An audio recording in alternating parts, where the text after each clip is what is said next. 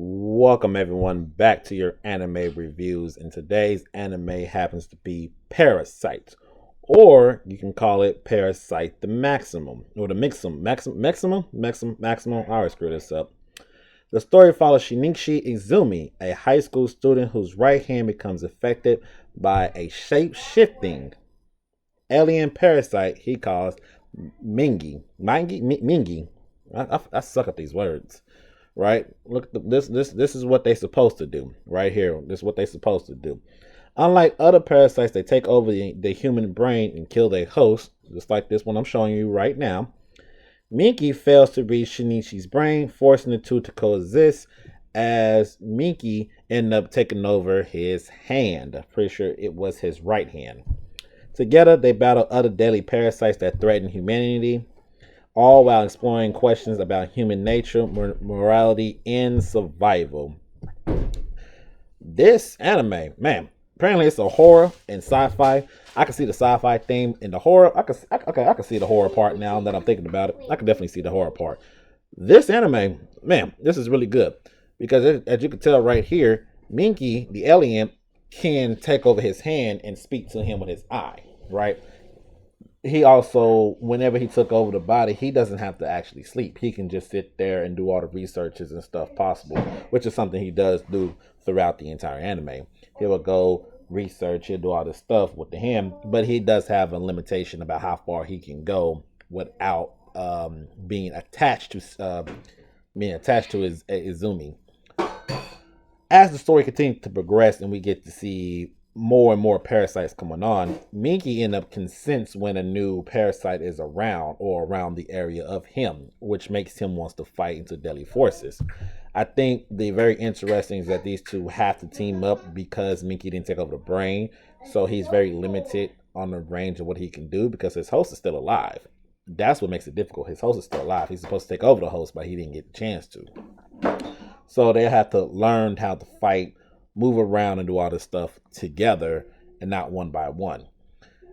And then you have time like that to where Minky, he would just get real sleepy all of a sudden. He would go to sleep for like, I don't even know, like hours, like beyond normal human hours. I think I forgot how many hours he sleep, but he's done it a handful of times, especially if they're in the mix of battles. Sometimes if he's running away from something, he doesn't, and then he just randomly pops up.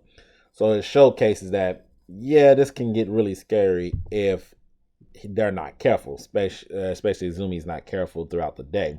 Plus, he can't sense anything. Similar to a person who attacked him before him, or they got into a fight with, he couldn't do nothing about it until Minky woke up. The story's deep. I 100% enjoyed this. This is a very deep story. Minky learning about his friends and his families and, all this other stuff. It's great. I think it's great. I think it's one of the best. I think this is underrated, quite honestly. This is definitely underrated. One of the more underrated animes that I really don't hear nobody actually discuss. The fact that this came out around 98, I mean 1989. No. Okay. No. That's right. They end up, yeah, the anime came out a little later. But Netflix did, I think, was it Netflix? I'm pretty sure it was Netflix. Netflix did created a, no, it wasn't Netflix. It seems like now it's not saying, yeah, it was Netflix. I ain't tripping. I knew I wasn't crazy. Netflix did create a live action version of said anime. I did not watch it, of course. And if I'm not understanding, from what I'm understanding, that the characters, they didn't keep the same characters. They switched characters actually, and they just went from there. So you switching characters and stuff, I was hands off. I think he did show up in there for a little bit, but he wasn't the main star of the entire live action. So I was like, nah, I'm good. I'm good on that. Okay, it did come out. Okay, it did come out in 1990. Okay, it did come out in 1993. I thought so. So it did come out in 1993. Okay. I guess the manga just popped up or something. I don't know. That's interesting. Ooh, I don't know. Interesting. But apparently it did get a China ban in 2015. The live action managed to be re-released. Oh, okay. Live action version. All right, bet. All right. But that's it, you guys. Solid show, solid anime show. Underrated in my personal opinion. Out of a lot of the animes that I have watched, I'll probably add this to 5 more animes that are underrated. I'll probably make another list like that. And this one potentially should hit that list. Depends on the other ones that I do have to review at some point or another. But that's it, you guys. That is it. This is Parasyte, the Maximal review. Hit the like, comment, and subscribe, and I'll catch you on the next one.